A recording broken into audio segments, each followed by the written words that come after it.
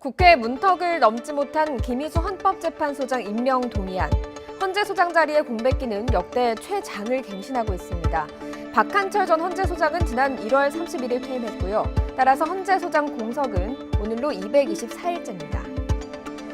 국회에서 헌재 소장 임명 동의안이 부결된 건 헌정 사상 처음입니다만 29년이라는 그리 길지 않은 헌재 역사 속에서 소장 후보자가 낙마하는 건 벌써 세 번째입니다. 2006년 노무현 정부 때 지명된 전효숙 당시 소장 후보자는 지명 절차상의 문제가 있었습니다.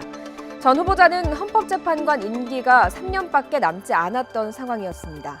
청와대는 재판관에서 사직하고 소장으로 임명되면 헌재 소장의 6년 임기를 보장할 수 있다고 보고 재판관 사직을 권유했고요. 전 후보자도 이를 받아들여서 중간에 사표를 냈습니다. 저한테 최종 통보를 해준 민정수석님으로부터 민정수석이 대통령이 그렇게 판단을 했기 때문에 후보자는 중간에 사표를 내고 새로 임명을 받으십시오 이렇게 통보를 받았다 이 말씀이죠? 그렇습니다. 이 과정으로 헌재 소장은 재판관 중에 대통령이 임명해야 한다는 헌법에 위배돼 자격이 없다며 야당의 반대에 부딪히게 됐습니다. 결국 전효숙 후보자는 3개월여 만에 지명 철회를 요청해서 스스로 물러났습니다.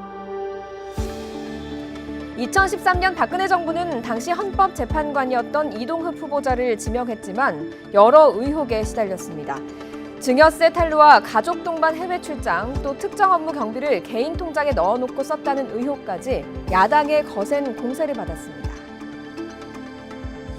후보자님께서 가져가시는 월 4천만 원, 2억 5천만 원을 집으로 가져가는 것은 횡령이 아닐 수 있습니까? 다만 저는 헌재에서 정해준 기준대로 그렇게 사용했습니다. 예. 결국 이런 의혹들이 눈덩이처럼 불어나면서 청문 보고서는 채택되지 못했고요.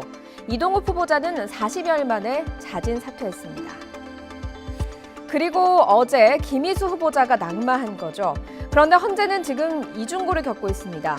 지난 1월 박한철 전 헌재 소장에 이어 3월에는 이정미 전 재판관도 퇴임해서 현재 8인 체제로 돌아가고 있다 보니 주요 선고가 줄줄이 연기되고 있습니다.